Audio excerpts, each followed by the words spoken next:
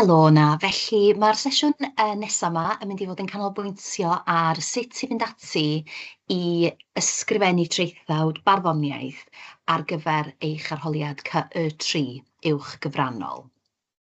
Felly mi wna i rannu'r sgrin efo chi. Felly, yn ystod y sesiwn yma, nawn ni edrych yn benodol ar beth ydy'r cwestiwn sy'n cael ei ofyn a beth sy'n ddisgwyliedig ohonoch chi yn yr amser sydd gynnwch chi yn yr arholiad.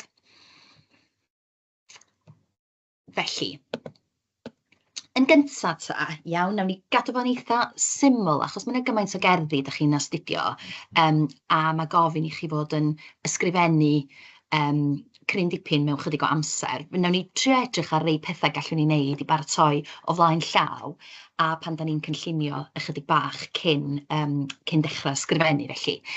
Felly, y cwestiwn yn gofyn i chi i sgwennu traethawd, felly da ni'n edrych yn benodol rwan, nid ar y gramadeg, y rhan gyntaf di hwnna, ond ar y cwestiwn ar y farddoniaeth. Mae eisiau i chi gofio bod chi yn trafod tair cerdd wrth ymateb i ofynion y cwestiwn. Mae eisiau ceisio bod chi ddim yn ailadrodd y cynnwys, bod chi'n gwneud pob ymdrech i ddehongli wrth ysgrifennu, bod chi'n dangos eich dealltwriaeth chi o thema, be mae'r bardd yn ceisio ei awgrymu, beth yw'r negeseuon, a bod chi yn dadansoddi arddull drwyddi draw. Felly, yn yr amser y byddwch chi yn ysgrifennu, bod chi yn cyfeirio yn gyson at arddull. Mae'n bwysig bod chi hefyd yn cymharu y gwaith gyda gwaith beirdd eraill, lle bod hynny'n briodol. Felly mae hwnna'n bwysig lle mae o'n deud lle bod yn briodol. Da chi ddim eisiau jyst wneud o mwyn i wneud o. Mi ddylia fod o i bwrpas. Ac os ydych chi'n sôn efallai am ryw thema neu neges arbennig, bod chi yn gallu gwneud cysylltiadau hefo gwaith rhywun arall, bod chi'n ei wneud o, gan gofio eto nad oes dim llawer o amser nag oes dan amodau arholiad. A wedyn yn ola, be mae'r cwestiwn yn gofyn i chi wneud ydy defnyddio terma beirniadaeth lenyddol a dyfyniadau. Felly fyddwn ni'n sôn chydig bach mwy am hwn wrth i ni fynd yn ymlaenau. Reita, felly, cofiwch bod na ddewis, felly mi fyddwch chi'n cael yr opsiwn naill llai neu. Felly mae yna ddau enghraifft i chi yn fan hyn o gyn bapura. Felly yr opsiwn cyntaf ydy mae Cymru a'r iaith Gymraeg wedi ysbrydoli cerddi beirdd ar hyd y blynyddoedd. Trafodwch a chymharwch sut mae Waldo Williams, Gerallt Lloyd Owen a Myrddin ap Dafydd yn ymateb i'r thema. Dylech gyfeirio at gynnwys y cerddi a'i harddull, a wedyn, fel ydych chi'n gwybod, mae yna 40 o farcia. Neu yr opsiwn arall yn y gerdd y genhedlaeth goll, mae Elain Llwyd yn ymdrin â thema marwolaeth. Trafodwch y gerdd hon a'i chymharu â dwy gerdd arall, un o waith Gwenallt ac un o waith T.H. Parry Williams, sy'n dangos i bod Hwitha hefyd yn ymdrin â'r thema hon. A bydd angen i chi gyfeirio at gynnwys y cerddi a'i harddull. Iawn, felly mae o'n gwestiwn hir. Mae hi'n yn her yn dydi i feddwl pan ydych chi yn adolygu beth sy'n mynd i'ch ffocws chi. Mi fydd na ddewis fel ydych chi'n gwybod, ond dewisiwch yn ddoeth pan ydych chi yn penderfynu pa gwestiwn ydych chi yn mynd i fynd amdano fo. Reita, felly bod o'n swnio yn eitha amlwg o gyngor, ond dewisiwch y cwestiwn yn ofalus. Efallai bod chi'n cael eich tynnu at un yn fwy na'r llall, a bod un yn fwy o ffefryn felly, ond byddwch yn ofalus. Sicrhewch bod gennych chi amser i bwyso a mesur y ddau gwestiwn, fel bod chi hefyd yn dewis yr un sy'n fwy addas i chi. Felly, drychwch ar sut mae'r cwestiwn yn gofyn falle dau beth tebyg, ond ddim cweit, dydy geiriad y ddau gwestiwn ddim cweit yr un peth. Felly, pan fyddwch chi'n ateb, mae eisiau cadw hwnna i mewn ystyriaeth felly. Felly, da chi eisiau meddwl am beth anghenion y cwestiwn i gyd. A hefyd, ydych gwybodaeth chi o gynnwys y tair cerdd yn gyfartal. Felly, ella bod chi'n gweld un gerdd ar y papur a chi'n meddwl, o, dwi'n gwybod llawer am hon, ond ydych chi wedyn yn gwybod yr un manylder am rei eraill. Felly, cymryd pethau fel ei ystyriaeth hefyd. A mae o'n deud fan hyn bod peidio roed sylw cyfartal falle yn gallu effeithio ar eich marciau chi yn y pen draw. Felly sicrhau bod chi'n ymdrin ar tair yn yr un modd. Ydych chi'n deall sut mae'r themau yn berthnasol i'r beirdd o dan sylw?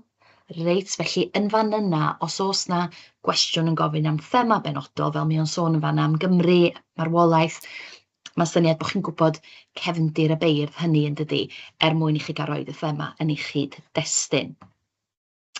Ydych chi'n cofio beth i hanfod y cerddi?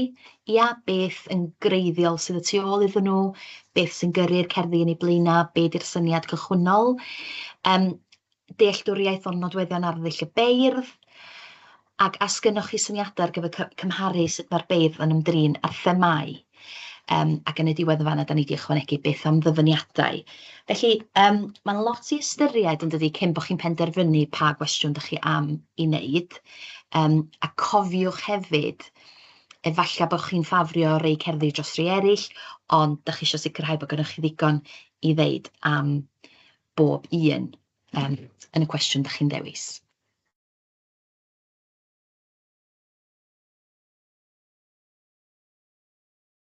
Oce, felly yr rhan nesaf yma, edrych ar gynllunio. Rwan ta, ydych chi'n eisiau gwneud cynllun rhifannol sy'n mynd i gymryd gormod amser, ond mae o'n syniad i chi wneud chydig o bwyntiau bwled cyn bod chi'n mynd ati i ddechrau sgwennu. Felly, pwyntiau bwled perthnasol ar gyfer pob cerdd, gwirio nad ydych chi wedi colli'r rhan pwysig o'r cerddi, ia, oes na ddyfyniadau wedyn sy'n mynd i gefnogi beth ydych chi eisiau ddeud. Os ydych chi'n cerdded i'r arholiad a ydych chi'n cofio dyfyniadau ar y funud honno, sicrhewch bod chi'n sgwennu nhw yn rwle ar ffurf nodiadau yn syth, ond efo bod chi ddim yn anghofio. Falle hefyd bod eich nodweddion arddull chi ar gyfer pob cerdd yn gyfartal. Ia, ydych chi'n eisiau llwyth o nodweddion o un gerdd a ddim y llall. A gofynnwch hefyd gwestiynau penodol i sicrhau bod chi ar y trywydd cywir. Felly, be di safbwynt y beirdd am Gymru eich freictod ar iaith Gymraeg ac am farwolaeth? Ia, sut mae'r beirdd yn defnyddio pobl i drafod y thema? Iawn, felly hefyd gallwch chi nodi ambell beth tebyg rhwng y cerddi hefyd. Iawn, felly os oes na unrhyw gymhariaeth sy'n tynnu'r gwaith at ei gilydd. Oce, felly, o ran strwythuro, mae gennych chi o leia awr yn does i sgrennu eich traethawd. Oce? Felly, ydych chi'n gwybod bod gennych chi o leia yr amser yna. Felly'r peth cyntaf, ceisiwch chi feddwl am agoriad sy'n gwneud argraff. Felly, yn hytrach na dim ond ailadrodd geiriad y cwestiwn, ceisiwch bod chi'n crynhoi falla prif neges y traethawd a bod chi'n mynd i ymhelaethu arno fo yng nghorff y traethawd wedyn. Felly, sut mae bob bardd yn ymateb i thema benodol yn ei hanfod, dyna ydych chi'n neud ynde. Okay? Cysylltu'r bardd efo'r thema. Hefyd, un cyngor, ond mae fyny i chi, falle cychwynnwch drafod y gerdd da chi'n fwyaf hyderus yn ei thrafod, a cofiwch bod chi'n dilyn eich cynllun chi wedyn yn ofalus. Felly bod chi'n atgoffa chi yn ofyniad y cwestiwn. Ia? Felly mae'n siŵr bod chi'n clywed hyn o hyd, ond i ateb y cwestiwn hefyd, drychwch ar sut mae'r cwestiwn wedi cael ei ofyn, be mae o'n gofyn i chi wneud, dewch yn ôl wedyn at eiriad y cwestiwn mor aml ag y gallwch chi. A meddyliwch hefyd sut ydych chi yn cysylltu o un paragraff i'r llall, felly dilyniant wrth symud o un paragraff i'r paragraff nesaf. A da ni wedi sôn yn barod am hwn, yn do, y syniad yma o drafod y tair cerdd yn gyfartal, gan geisio gwneud cysylltiadau rhwng y tair ohonyn nhw yn gyson. Ddim jyst nid ar y dechrau neu ar y diwedd, ceisio bod chi yn cysylltu rhwngthyn nhw yn rheolaidd. A wedyn, un peth arall, wrth ddod ar traethawd i ben, ceisiwch bod chi'n osgoi ailadrodd. Felly, mae'r clo yn gallu bod yn eitha pwerus, a os ydych chi'n meddwl amdano fo, dyma di'r adeg mae rhywun yn dechrau blino a eisiau gorffen, ond rhowch ffocws i'r diweddglo a meddyliwch sut ydych chi am orffen eich traethawd yn gry. A nhw'n ni sôn dipyn bach mwy am hwnna yn y man. Oce, felly, da chi'n dewis yn ddoeth iawn i grynhoi yr hana, da chi'n dewis yn ofalus, treulio chydig bach o amser yn paratoi, cywirdeb iaith hefyd ynde, bod eich ffocws chi ar y cynnwys, byddwch yn ofalus efo safon yr iaith, ac os oes gynnwch chi amser ar y diwedd, bod chi yn mynd yn ôl ac yn gwirio ac yn darllen drosto fo. Ia, ac yn cadw llygad ar yr amser. Wedyn mae hwnna'n dod yn ôl wedyn i sicrhau bod y clo yn eitha cry gynnwch chi yn dydi. Iawn, a bod o ddim wedi cael ei frysio. Rita, felly dipyn bach o gyngor fan hyn ar be fedrwch chi wneud o ran cynllun. Does dim angen cynllun manwl o gwbl. Ia, pwyntio bwled yn hollol iawn. Ond mae eisiau chi gael cyflwyniad, corff y traethawd a diweddglo. Felly, yn y cyflwyniad, a nawn ni edrych ar un enghraifft yn y man, da chi isio sylwadau rhagarweiniol sy'n gryno, ond hefyd sydd yn rhoi seiliau cadarn i be ydych chi'n mynd i fod yn drafod. Ia, felly, da chi'n mynd ailadrodd y cwestiwn, da chi'n gosod eich cyflwyniad chi fel cychwyn y gwaith, ynde?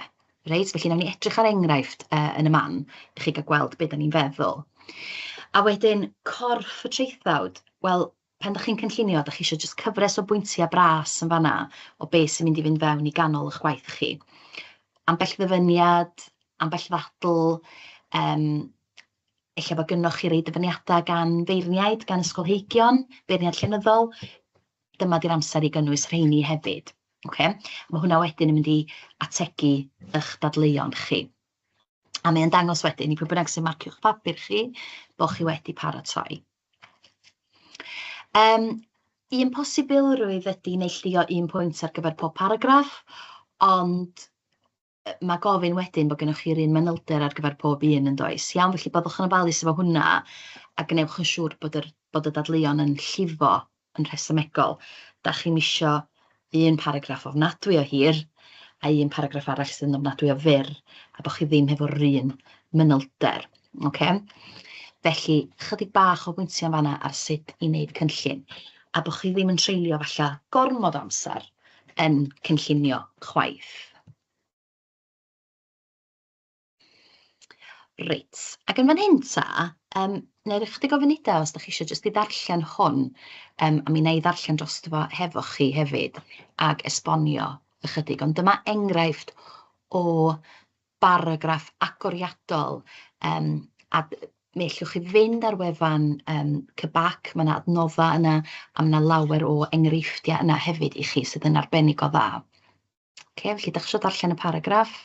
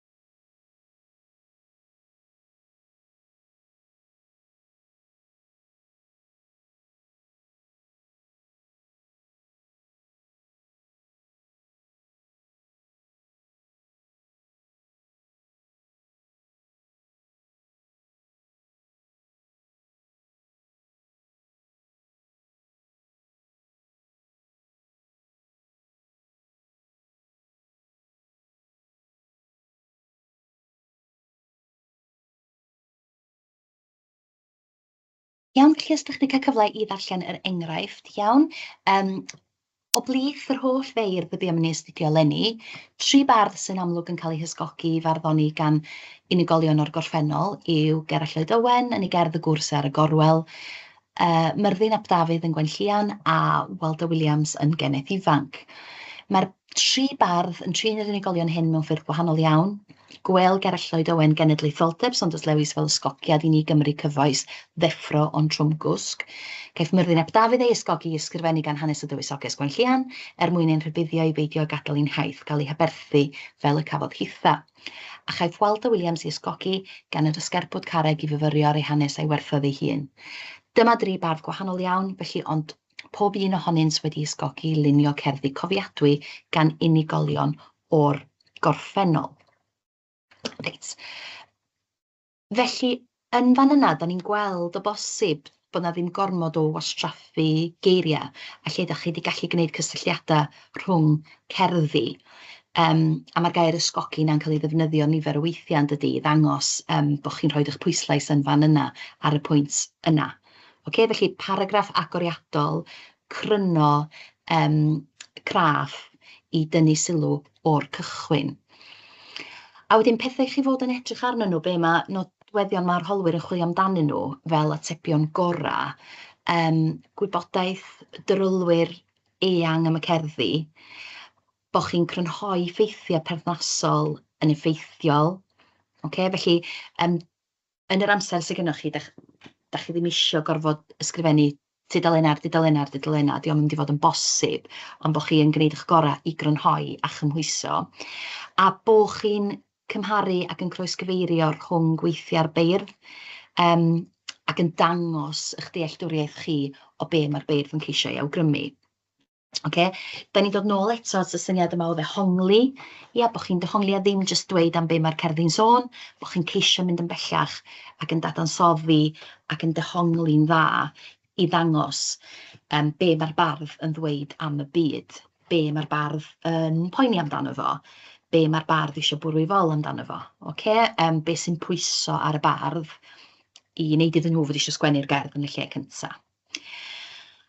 Wedyn, da chi'n datblygu'r pwynt hefyd, bod ni ddim jyst, os da chi wedi gwneud pwyntiau bwled, bod chi ddim jyst yn taflu'r pwyntiau bwled i mewn, bod chi'n ceisio datblygu'r pwynt wrth fynd ymlaen, a bod chi'n neud ymor drefnus ag sy'n bosib, achos os di o'n haws i'r arholwr gael mynediad at be da chi'n geisio ei ddeud, mae'r neges da chi'n gyfleu yn fwy clir.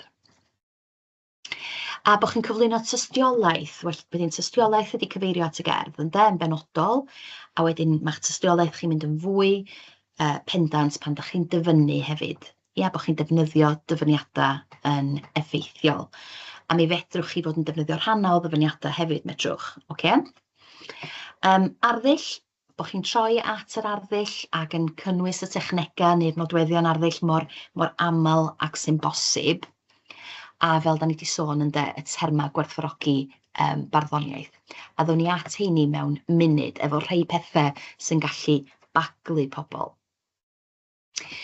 Felly, yn syml iawn ta, da ni'n trafod, da ni'n esbonio a dehongli. Felly mewn traethawd, ac yn enwedig traethawd lle does gennym ni'n llwyth o amser, y nod ydy bod chi'n dehongli ac yn esbonio y cerddi sydd o'ch blaenau chi, yn hytrach na chynnig disgrifiad syml.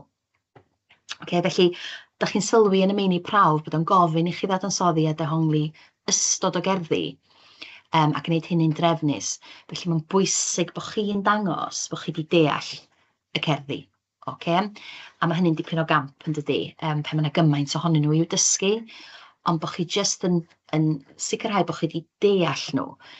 A gofynnwch chi'ch athrawon ewch yn ôl at y nodiadau ac edrychwch ar y nodiadau sydd gennych chi ac yn amlwg bod chi'n trio dysgu dyfyniadau o bob cerdd.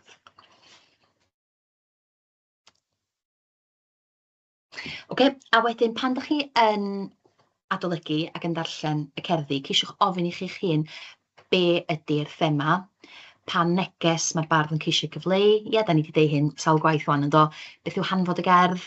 Yn ogystal â gwybodaeth drylwyr, dylia bod eich dehongliad chi yn glir yn eich meddwl cyn bod chi'n mynd mewn i'r arholiad. Felly, na, da ni ddim yn gwybod be fydd y cwestiwn, mae yna ddewis, ac efallai bod chi'n cael dau gwestiwn lle ydych chi'n meddwl nid dyna yr opsiynau delfrydol o'n isio, ond sicrhewch, hyd yn oed cardiau fflach neu be bynnag sydd gennych chi pan ydych chi'n paratoi, bod chi'n glir ar be ydy neges pob thema.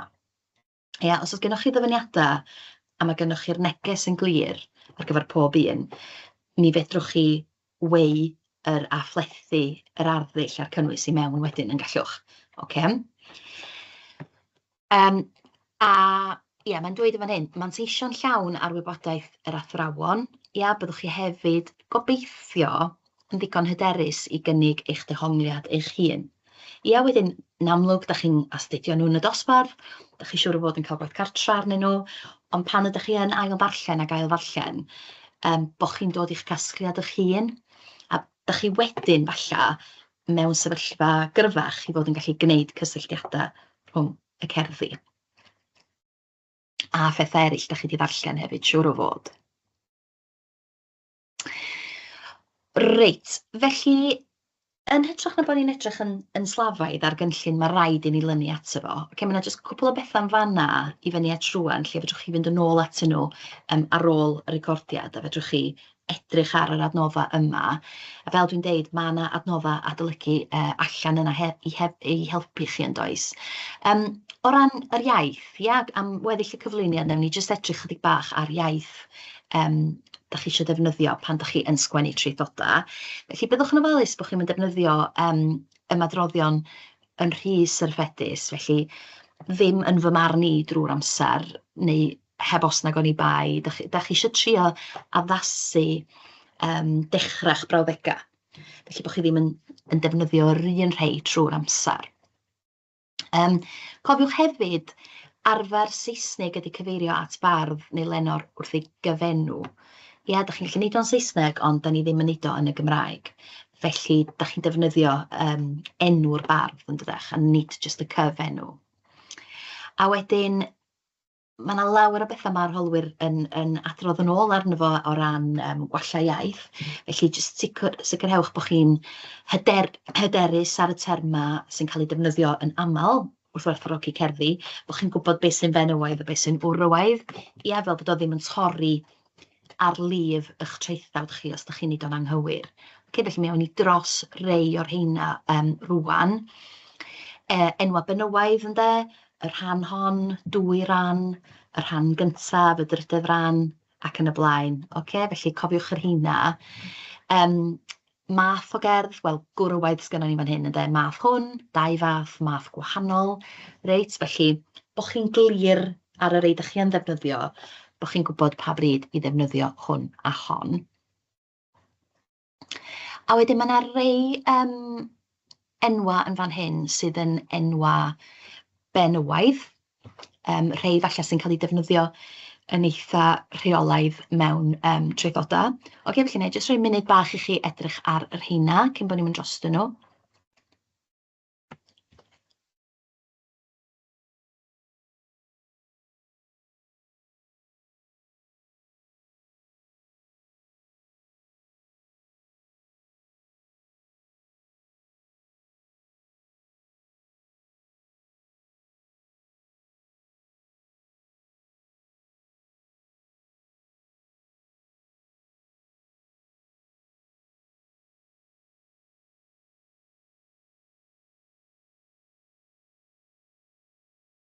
Iawn, felly yn fan hyn, mae yna rei enwa y byddwch chi yn defnyddio'n sicr yn eich traethawd barddoniaeth. Felly geiriau fel arfer sy'n ymwneud â cerddi a barddoniaeth sydd gennym ni fan hyn. Felly acen, mae hein i gyd yn fenywaidd, yr acen hon. Felly ydych chi'n gweld wedyn acen ddisgynedig, mae gennych chi dreiglad meddal yn does. Iawn? Agwedd hon, arddull, awdl, barddoniaeth yn mynd yn y farddoniaeth, y farn, y feirniadaeth, y ferf, y ganmoliaeth, y gerdd hefyd ynde. Iawn, pan da ni ar frys, jyst osgoi, cofiwch bod chi'n mynd yn ôl, ia, a ddim yn jyst sgwennu y cerdd. Cerdd gaeth, cerdd rydd, reit, felly mae'r ansoddair sy'n dod ar ôl yn treiglo yn feddal yn dydi. y gyfeiriadaeth, cyfeiriadaeth lenyddol, cyffelybiaeth yn y gyffelybiaeth hon, a'r un modd efo y gymhariaeth, okay? Felly, fysa fo'n cymryd trwy'r dydd i fynd drwy'r holl opsiynau bysa, okay? So neb isio hynny. Felly, just y rei falle sy'n ymddangos yn rheolaidd, y rei sy'n gallu bod o help i chi pan dych chi o dan amodau arholiad, bo' chi just yn cadw llygad ac yn trio cofio yr rheina. A wedyn yn yr un modd, mae gennych chi rei gwrwaidd ynde, sydd yn golygu hwn, reit, a does gennych chi'm y treiglad yr un fath wedyn nag oes. Felly, yr adeiladwaith hwn, yr adlais, amrywiaeth, amwysedd, ansoddair, okay? Awgrym, a wedyn mae gennych chi awyrgylch, cefndir, confensiwn, cwpled, cyd-destun, cyfanwaith. Felly mae hwn sy'n dilyn pob un o'r enwa yma. Okay? Felly fysa chi'n sgwennu y cyd-destun ac nid y gyd-destun ynde. Iawn. A falle pan ydych chi'n adolygu bod y geiriau yna yn gallu bod o gymorth i gyfoethogi eich traethawd chi beth bynnag. Ia, bod nhw yn eiriau bod chi'n ceisio ymdrechu i ddefnyddio nhw yn ystod yr awr a mwy ydych chi'n sgrifennu. Okay? Achos mae'r eirfa yna weithiau'n gallu meddwl, cyd-destun y gerdd yw awgrym ar bardd, iawn, maen nhw gyd yn batrymau gallwch chi ddefnyddio. Tra bod ni ar hwnna hefyd, byddwch yn ofalus pan ydych chi'n sôn am y bardd, trydydd person sgennych chi'n fan'na ynde, felly ydych chi'n eisiau deud sonir y bardd, ydych chi eisiau sonia'r bardd ynde. Okay, peidiwch â defnyddio'r ram personol yn fan'na, yn anghywir. Okay, felly ydych chi eisiau sôn amdano fel trydydd person unigol, ia? Cyfeiria'r bardd, awgryma'r bardd. Felly, efallai sef o'n syniad hefyd i chi gadw rhyw fath o gofnod yn y margin o rei dechreuadau brawddegau y gallech chi ddefnyddio yn eich traethawd o'r gorau. Felly, os newn ni just mynd yn ôl yn gyflym iawn i'r cychwyn. Okay, felly dyma be fydd y cwestiwn yn gofyn i chi wneud. Iawn, felly fod o'n cael ei eirio chydig bach yn wahanol, ond dyma be fydd y cwestiwn yn gofyn i chi wneud. Trafod tair cerdd, dadansoddi arddull, cymharu a terma beirniadaeth lenyddol. Ia, da ni wedi cyfeirio at rei ohonyn nhw rwan yn do. A wedyn, naill ai neu, okay, cofiwch 40 o farciau, dych chi'n mynd ateb y ddau, dych chi'n dewis un dros y llall, okay? Ac yn amlwg maen nhw'n mynd i amrywio'r beirdd sy'n mynd i fod yn yr cwestiynau yn dydy. Okay, felly, dewisiwch yn ddoeth, dewisiwch yr un sydd gennych chi fwyaf i ddeud amdanyn nhw. Iawn, bod chi yn gwiro at yr un sy'n mynd i ddangos chi ar eich gorau. Okay? Wedyn, da ni wedi sôn am wneud cynllun, da ni wedi sôn yn fras am agoriad, dilyniant. Ia, felly cyflwyniad, corff y traethawd a diweddglo. Ia, ac eisiau gwneud diweddglo mor gry ac sy'n bosib y byddwn ni wedi blino, llawn brifo, bod chi'n ddim yn gorffen tan bod gennych chi ddiweddglo. A wedyn fan'na mae yna enghraifft i chi o baragraff agoriadol, reit, o blith yr holl feirdd y bu am yn ei astudio, neu rhywbeth cyffredinol ynde sydd yn cysylltu'r beirdd i gyd at ei gilydd a'r gwaith at ei gilydd. A hefyd fel o'n i'n sôn, mae yna lawer o enghreifftiau. Os ewch chi ar wefan y bwrdd arholi, mae yna lwyth o enghreifftiau yn fan yna i chi. Okay. Trafod dehongli yn hytrach na just esbonio'r gerdd. Iawn, mynd ar ôl beth yw neges y bardd, beth yw thema'r bardd, beth yw hanfod y gerdd. Ceisio gofyn i chi'ch hun, ia, be di'r thema, be di'r neges, a peidio defnyddio'r un patrymau yn llafurus. Iawn, bod chi'n trio amrywio eich brawddegau. A wnaethon ni sôn hefyd yn do am derma Saesneg sydd ddim cweit yn gweithio yn Gymraeg. Cofiwch mai y bardd, da chi'n ddeud, bod chi'n sôn falle am ddyn neu ddynes, a wedyn mae yna restr fan hyn i chi o enwa benywaidd ac enwa gwrywaidd sy'n gallu bod yn yn help. Ac os edrychwch chi wedyn ar ôl y term ei hun, mae'n deitha chi beth yw'r lluosog, a hefyd mae'n gallu rhoi enghreifftiau chi o ba gyd-destun sy'ch chi'n defnyddio nhw. Cefndir, gwledig, awyrgylch, gaeafol, cyd-destun cymdeithasol. Mae yna enghreifftiau bach da fanna sy'n gallu cyfoethogi eich traethawd chi yn ystod yr arholiad. Gai atgoffa chi hefyd mae adnoddau Carlam Cymru ac e-ysgol ar gael i chi. Os newch chi glicio ar y ddolen, lle mae yna fwy o sesiynau am Gymraeg ac am bynciau eraill.